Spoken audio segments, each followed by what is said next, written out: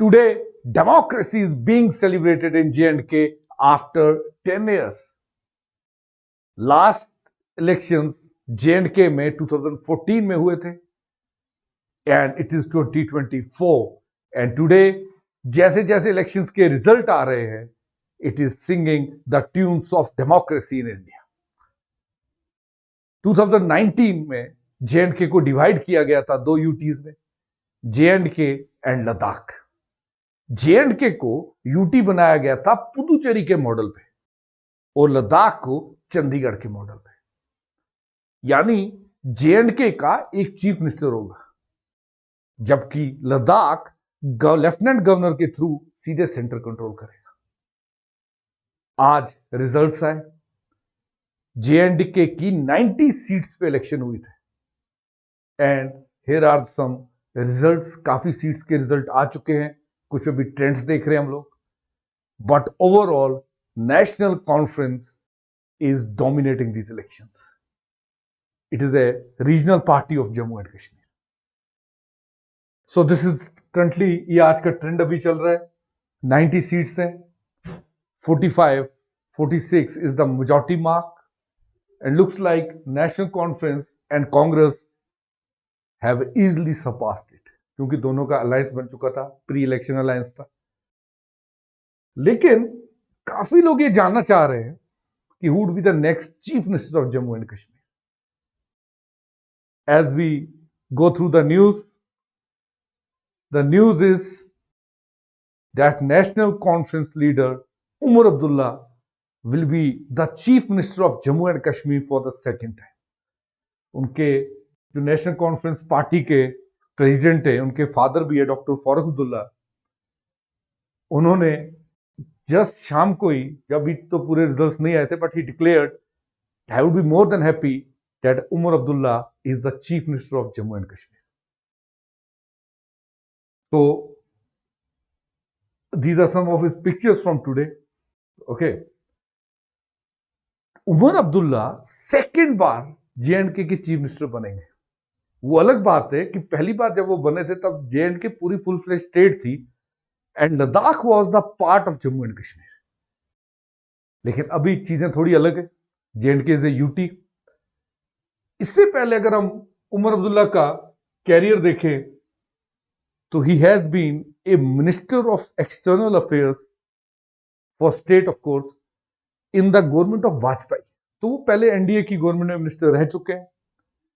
उसके बाद वो खुद चीफ मिनिस्टर बने 2009 में. एंड यंगस्टर, काफी सारे युवा अपने आप को लिंक कर लेते हैं उमर अब्दुल्ला के साथ. ओके, सो काफी ज्यादा काम भी उन्होंने किए हुए हैं लास्ट में. बट वी विल सी कि अभी उनके पास पावर्स क्या क्या है, क्योंकि आपको यह बात याद रखनी है कि जो उमर अब्दुल्ला के पास पावर्स 2009 में थे वो पावर्स अब नहीं रहे. After J&K was divided into two UTs, it was done by an act of parliament. Act का नाम है J&K Reorganization Act 2019. इस एक्ट में साफ साफ बताया गया था कि J&K would be divided into two UTs. This is the act of parliament. J&K का बताया गया था it would be a UT with legislature, whereas Ladakh wouldn't be so. अगर इसका हम पार्ट सेकंड देखें तो यहां पर आप पढ़ सकते हैं सेक्शन 3 में लिखा हुआ है formation of UT of Ladakh without legislature. Part 4 section 4 में लिखा है formation of UT of J&K with legislature. Okay, so ये पूरा डिस्ट्रीब्यूशन के बारे में लिखा हुआ है. अनदर थिंग, अब पावर्स क्या क्या होंगे. सबका क्वेश्चन यही है कि J&K के चीफ मिनिस्टर के पास पावर्स क्या क्या होंगे और सेंट्रल गवर्नमेंट के पास क्या क्या पावर्स होंगे. And how would the balance of power work between these two. ये देखने के लिए हमें देखना पड़ेगा सेक्शन 13 उसी J&K रीऑर्गेनाइजेशन एक्ट 2019 का. सेक्शन 13 कह रहा है कि article 239A would be applicable in the UT of Jammu and Kashmir. Okay, article देखिएगा क्या है. 239A. Don't confuse it with 239AA. फिर आप जे&के से सीधे दिल्ली चले जाएंगे. Okay, this is 239A. यानी article 239A extends to Jammu and Kashmir, not 239AA. काफी लोगों को कंफ्यूजन होता है कि शायद दिल्ली के मॉडल पे. नहीं भाई, 239AA. You will ask what is 239AA. यहां पे देखेंगे आप. 239A deals with creation of local legislature in UTs. UTs में, यूनियन टेरिटरीज में लेजिस्लेचर कैसे बनेगा, that is given in article 239. And this was created for the UT of Puducherry. इसीलिए मैं आपसे कहा स्टार्टिंग में ही कि जे&के is on the lines of Puducherry, not on the lines of Delhi. Because 239 जो आर्टिकल है, it was made for the Puducherry. Okay, so यहां पर सेक्शन 13 ऑफ जे&के रीऑर्गेनाइजेशन एक्ट में लिखा है कि 239 दैट इज वो पुदुचेरी वाला, ये पुदुचेरी के लिए, and this is one for Delhi. तो यहां पर कौन सा वाला एक्सटेंड किया गया? पुदुचेरी वाला. सेक्शन 14 पढ़ेंगे, लेजिस्लेटिव असेंबली के लिए दिया हुआ है, कंपोजिशन वगैरह पूरा. सेक्शन 15 में रिप्रेजेंटेशन ऑफ वुमेन. यही सेक्शन 15 पिछले 3-4 दिन से न्यूज में चल रहा है, मैं बताऊंगा क्यों. Qualifications. Okay, so this is the what is given in J and K reorganisation act 2019. यानी आपको एक चीज समझनी है कि जैसे आम स्टेट का चीफ मिनिस्टर होता है तो उसके powers are given in the constitution of India. But since J and K हमारे लिए एक यूटी है, तो इसके लिए हमने जो अमेंडमेंट पुदुचेरी के लिए की हुई थी, वहां की लेजिस्लेटिव असेंबली, वहां के चीफ मिनिस्टर के लिए वही एक्सटेंड कर रहे हैं. एंड ये सब दिया हुआ इस एक्ट में, जे&के रीऑर्गेनाइजेशन एक्ट 2019. ओके, जो लोग स्टेट पीसीएस का पेपर दे रहे हैं, स्पेशली जे&के, तो यहां पे सेक्शन से याद रख लीजिएगा. ओके, सेक्शन 2 जो कह रहा है कि formation of UT of Ladakh without legislation. Section 4 formation of UT of Jammu and Kashmir with legislature. Okay, उसके बाद 13 की article 239A that belongs to the Puducherry extend करेगा जे&के को. Article 14, okay, it gives the composition of legislative assembly, and article 50 deals with the representation of women. इसे amend कर दिया गया था. Now nomination is extended, वो मैं भी आपको बता दूंगा. ओके, पहले खाली वुमेन के लिए थी, but later it was amended and अब बाकियों को भी है, मैं बता दूंगा. आजकल न्यूज में यही था, बट न्यूज में इसलिए था, मैं बता देता हूं क्यों थोड़ी देर में. लेकिन यहां देखें आर्टिकल 14, यहां देखेंगे आर्टिकल 14 आपको याद है कौन सा वाला है? This one, article 14, legislative assembly of UT of Jammu and Kashmir and its composition. Composition क्या होगी? Okay, this is given in article section 14. Section 14 में कंपोजिशन दी हुई है. ओके, यहां पर देखिएगा अगर आप, तो यहां पर आपको एक चीज मिलेगी कि जो सीट्स हैं अभी जिन पे इलेक्शन होनी है जे&के लेजिस्लेचर की, देयर आर 90 सीट्स पे इलेक्शन हो रही है, प्लस 5 जो सीट्स है, मेंबर्स हैं इसी लेजिस्लेटिव असेंबली के, वो लेफ्टिनेंट गवर्नर नॉमिनेट कर सकते हैं अपनी मर्जी से, his discretion.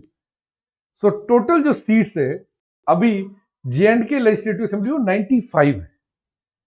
I was just going through one article, वहां पे उसने लिखा है 90 सीट्स, तो 90 नहीं है. टोटल जो सीट्स जे&के लेजिस्लेटिव असेंबली में वो ज्यादा है.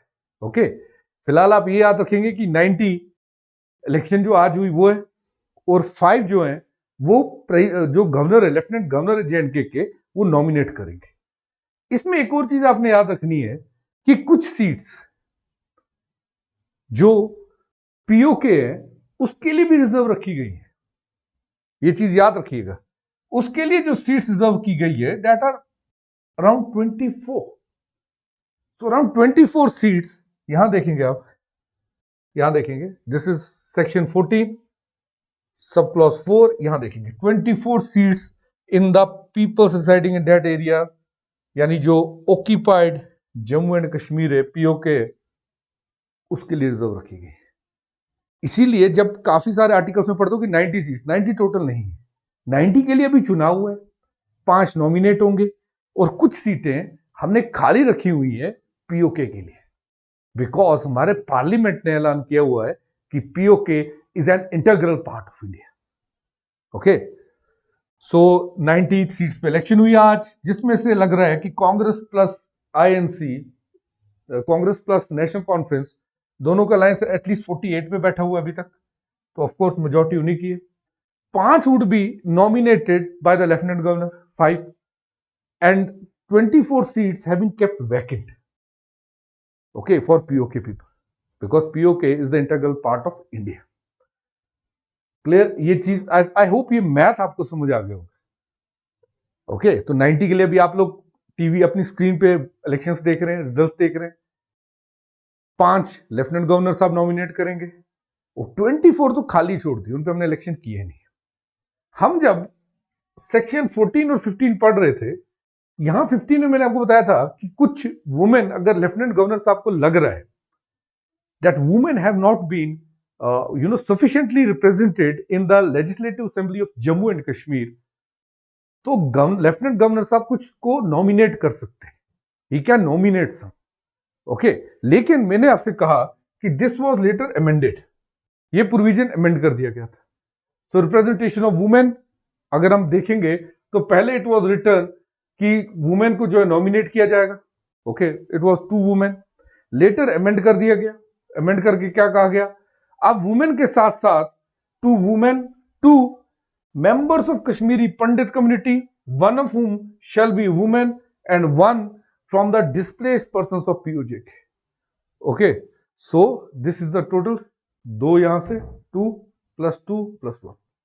Okay, अब याद रखिएगा यहां पर चीफ मिनिस्टर की एडवाइस नहीं मानी जाएगी, ये लेफ्टिनेंट गवर्नर साहब अपनी डिस्क्रिप्शन से करेंगे। इसे अमेंड किया गया, इसमें अब ये कहा गया कि 2 वुमेन प्लस 2 कश्मीरी पंडित्स के रिप्रेजेंटेटिव होंगे, जिसमें से 1 वुमेन होगी, यानी 2 वुमेन ओरिजिनली थी, 2 कश्मीरी पंडित्स को भी लेफ्टिनेंट गवर्नर साहब नॉमिनेट कर रहे हैं। अगर लेफ्टिनेंट गवर्नर साहब को लग रहा है कि इन्हें रिप्रेजेंटेशन नहीं मिली है, इसमें से 1 वुमेन होगी प्लस 1 वुमेन होगी या मेल होगा जो कि पीओजेके से होगा, यानी पाकिस्तान ऑक्यूपाइड जम्मू एंड कश्मीर से काफी सारे माइग्रेंट जो है वो जेएंडके में भी रहते हैं। अगर उन रेफ्यूजीज को रिप्रेजेंटेशन नहीं है तो उन्हें भी लेफ्टिनेंट गवर्नर नॉमिनेट कर सकते हैं। तो टोटल अगर आप आंकड़ा देखेंगे 2 + 2 + 1, यानी 5 seats in the legislative assembly of Jammu and Kashmir would be nominated by the lieutenant governor. तो ये कुछ बनता है कि 90 पे अभी इलेक्शन हुए, 5 नॉमिनेट करेंगे, 24 हमने खाली छोड़ी हुई है for PoK, Pakistan occupied J&K के पास जो पार्ट्स है उसकी 24 seat. Okay, so this was it, representation, जिसको लेकर अभी तक जब तक रिजल्ट्स नहीं आए थे, काफी पॉलिटिशियंस तो ये भी कह रहे थे कि अगर किसी पार्टी की मेजॉरिटी ना आई तो हो सकता है लेफ्टिनेंट गवर्नर 5 बंदे अपनी मर्जी से नॉमिनेट करके उसकी मेजॉरिटी ले आएंगे, बट ऐसा हुआ नहीं। ओके, ऐसा हुआ नहीं। Then section 53, 54 deal with council of ministers, यानी chief minister and council of ministers. Okay, इनसे डील जो सेक्शंस करते हैं, दीज आर 53, 54 एंड 56, ये याद रखिएगा। जो भी ये सेक्शंस हैं, these are dealing with the minister, chief minister, उनके बारे में ये सेक्शंस है। और ये सेक्शंस किसमें दिए हुए हैं? कॉन्स्टिट्यूशन में नहीं, J and K reorganisation act 2019, 239A, J and K reorganisation act 2019। ये 2 वर्ड अक्सर याद रखिएगा जब भी जे&के की बात करें। 53 सेक्शन डील करता है एक्ट का काउंसिल ऑफ मिनिस्टर्स के साथ, कहता है टोटल जो मेंबर्स होंगे लेजिस्लेटिव असेंबली के, उसके 10% से ज्यादा मिनिस्टर नहीं हो सकते। ओके, यानी अगर 95 मेंबर की है तो 9.5 तो होगा नहीं, यानी 10 मिनिस्टर से ज्यादा नहीं बन सकते, इंक्लूडिंग चीफ मिनिस्टर। और इसमें दिया हुआ है कि कौन कौन से मैटर्स लेफ्टिनेंट गवर्नर अपने हाथ में रखेंगे और कौन कौन से मैटर्स चीफ मिनिस्टर के पास जाएंगे। यहां से आप देख सकते हैं, Lieutenant Governor shall exercise the function, act in discretion in the matter which falls outside the purview of powers conferred on the Legislative Assembly, in which he required to under law act under his discretion, related to all India services and anti-corruption bureau. अगर मैं इसको simplify करूं तो मैं आपको बोलूंगा कि public order, police, bureaucracy, anti corruption bureau, ये चार चीजें। कौन कौन से चार सब्जेक्ट्स मैं फिर बताता हूं आपको। Public order, law and order की जेएंडके में प्रॉब्लम रहती है तो public order, police, number 2, number 3 bureaucracy, number 3 anti corruption bureau. क्योंकि जेएंडके अगर आपको पता होगा तो कुछ साल पहले तक करप्शन ब्यूरो इंडेक्स में बहुत ज्यादा हाई पे था। ये जो चार आपके सब्जेक्ट्स हैं, ये लेफ्टिनेंट गवर्नर साहब के पास एक्सक्लूसिवली रहेंगे, यानी इन मैटर्स पे वो अपनी डिस्क्रिप्शन से काम कर सकते हैं। जैसा भी हमने देखा, चीफ मिनिस्टर के डिस्कशन की जरूरत नहीं है। ओके, चीफ मिनिस्टर की एडवाइस की जरूरत नहीं है, अपनी डिस्कशन से काम कर सकते हैं। क्लियर? ये चार। बाकी जितने भी मैटर्स हैं वो सारे मैटर्स लेफ्टिनेंट गवर्नर ने करने हैं, उनके ऊपर कार्य करना है with advice of the chief minister and council of minister. Okay, तो ये चेंजेस है। यानी जो जेएंडके का नया चीफ मिनिस्टर बनेगा, अभी तक लग रहा है जैसे उमर अब्दुल्ला बनेंगे, तो Omar Abdullah public order, police, bureaucracy, anti corruption bureau, ये चार ऐसी चीजें होंगी जिन पे उमर अब्दुल्ला का कोई कंट्रोल नहीं होने वाला। ओके, ये चीज याद रखिएगा, इन पे कंट्रोल होगा लेफ्टिनेंट गवर्नर का। We all know lieutenant governor is appointed by the central government. तो कहीं ना कहीं इन चारों चीजों पे डायरेक्टली कंट्रोल होगा सेंट्रल गवर्नमेंट का,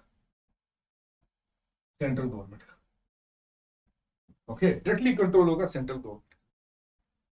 इसीलिए इनिशियली काफी सारे लीडर्स जो थे जेएंडके का, वो इलेक्शन लड़ने से मना कर रहे थे, क्योंकि chief minister full fledge power के साथ नहीं और जेएंडके फुल फ्लेज स्टेट भी नहीं, because it is a UT. Okay, so this was about the powers. Nature हम देख सकते हैं, दिस इज एन आर्टिकल जो द न्यूज़पेपर में आया हुआ था। इसमें हम लोग देख सकते हैं कि जेएंडके और पुदुचेरी के लाइंस पे इसे रखा गया। ओके, दूसरी बात, अब यहां पर एक और चीज देख सकते हैं, powers of the assembly. Okay, powers of the assembly में आप ये देख सकते हैं कि जो जेएंडके लेजिस्लेटिव असेंबली के पावर्स हैं, it would be same that are given in the state list, but इन चार को छोड़ के मैंने अभी आपसे डिस्कस कर। ओके, ये सेक्शन में ही दिया हुआ है। इन चार को छोड़ के ये देखिए यहां पर भी लिखा हुआ है, legislative assembly, all India services, all India services, legislative assembly जो जेएंडके की, ऑल इंडिया सर्विसेज पे, पब्लिक ऑर्डर पे, पुलिस पे, ब्यूरोक्रेसी पे, इन सब पे जो लॉ नहीं बना सकते। ओके, एंड चीफ मिनिस्टर के प्रीव्यू में भी ये सब पावर्स नहीं है। अब देखना बड़ा दिलचस्प होगा कि ये जो फेस्टिवल ऑफ डेमोक्रेसी जेएंडके में सेलिब्रेट हो रहा है, people have supported with open arms, democracy के प्रोसेस में पार्ट लिया है। हाउ इट टर्न्स आउट, क्या कश्मीर वापस से जैसे स्टेबल था वैसे ही स्टेबल रहेगा? क्या जो इंसर्जेंसी उसमें कमी आएगी? एंड क्या एक जेएंडके का सबसे बड़ा जो इशू है वो अनएम्प्लॉयमेंट का है, क्या उसे जो भी सरकार बनेगी, Omar Abdullah being the chief minister, क्या वो उसे रिजॉल्व कर पाएंगे? तो have a great day at you guys. Thanks for watching Unacademy.